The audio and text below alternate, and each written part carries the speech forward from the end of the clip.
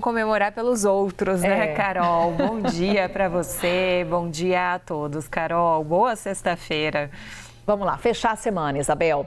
Bem, o Pedro Moreira nos contava que os advogados do ex-presidente Jair Bolsonaro dizem que essa decisão do ministro Alexandre de Moraes ainda deixou muitas dúvidas. Esse entendimento da defesa de Bolsonaro é compartilhado por outros juristas?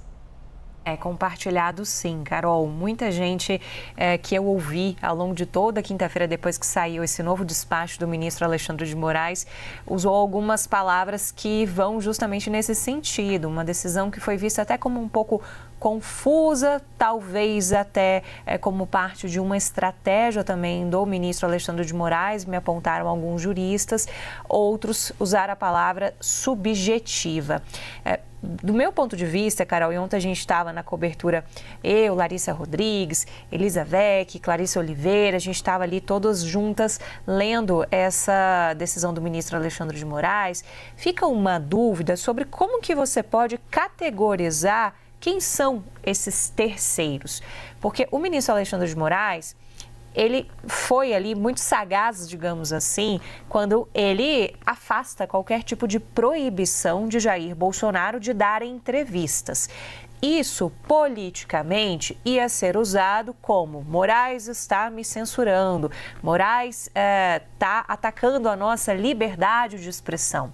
A gente sabe que esses argumentos encontram ali muito respaldo na ala bolsonarista junto à sua militância também. Então, não se trata disso. O ministro Alexandre de Moraes está, sim, permitindo que Jair Bolsonaro dê entrevistas. O problema é, uma vez que a entrevista foi dada, o que vai acontecer com essa entrevista? Ela vai ser retransmitida por terceiros, ela pode ser usada politicamente e é aí que está a questão. Mas fica uma dúvida sobre como que você vai entender, então, categorizar quem são esses apoiadores políticos.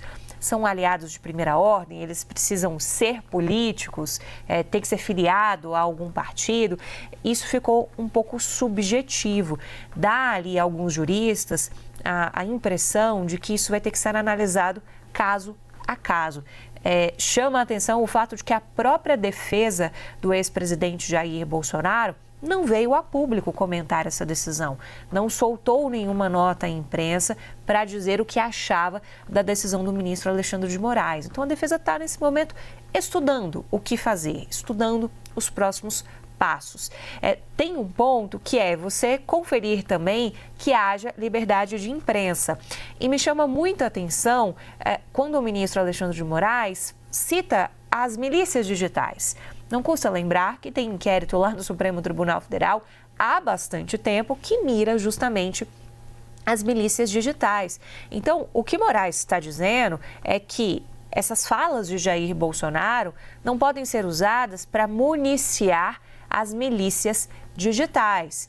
E o que ele está dizendo também é que ele está de olho. Não é possível você criar alguns mecanismos de burlar as determinações judiciais. É aí que ele coloca aquela frase de que a justiça é cega, mas a justiça não é tola. Está em negrito no meio do despacho do ministro Alexandre de Moraes. Teve até uma questão ali de um erro de português que houve, né, na troca do mais com i, na troca do mas, a conjunção por um mais com i, né, no sentido de adição.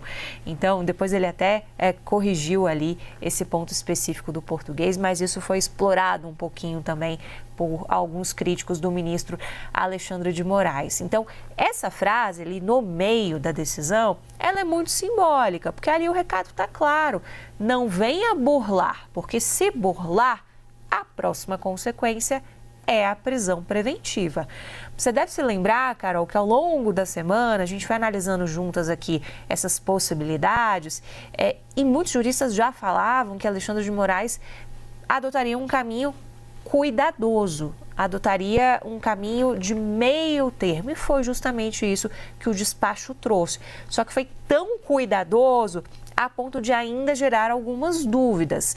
Até aqui, o que a gente vem observando de comportamento político do ex-presidente Jair Bolsonaro, só para te entregar, Carol, está tentando cumprir o máximo possível essa ordem para evitar uma prisão. Não está dando declarações, ele está sendo seguido para a imprensa da saída do condomínio até a sede da PL. A imprensa fica na garagem ali do prédio onde é a sede do Partido Liberal. Ele está evitando dar declarações públicas. Está aparecendo publicamente? Está. Tanto é que ontem estava numa igreja no momento em que a gente teve esse despacho sendo liberado pelo ministro Alexandre de Moraes. Mas ele está evitando dar essas declarações, até porque a própria defesa precisa esclarecer o que pode ser feito de agora em diante. Aspectos jurídicos e políticos que a gente vai trazer durante esta edição, depois dessa decisão do ministro Alexandre de Moraes, aguardada desde a resposta dos advogados do ex-presidente da República. Isabel Mega, daqui a pouquinho a gente conversa mais então.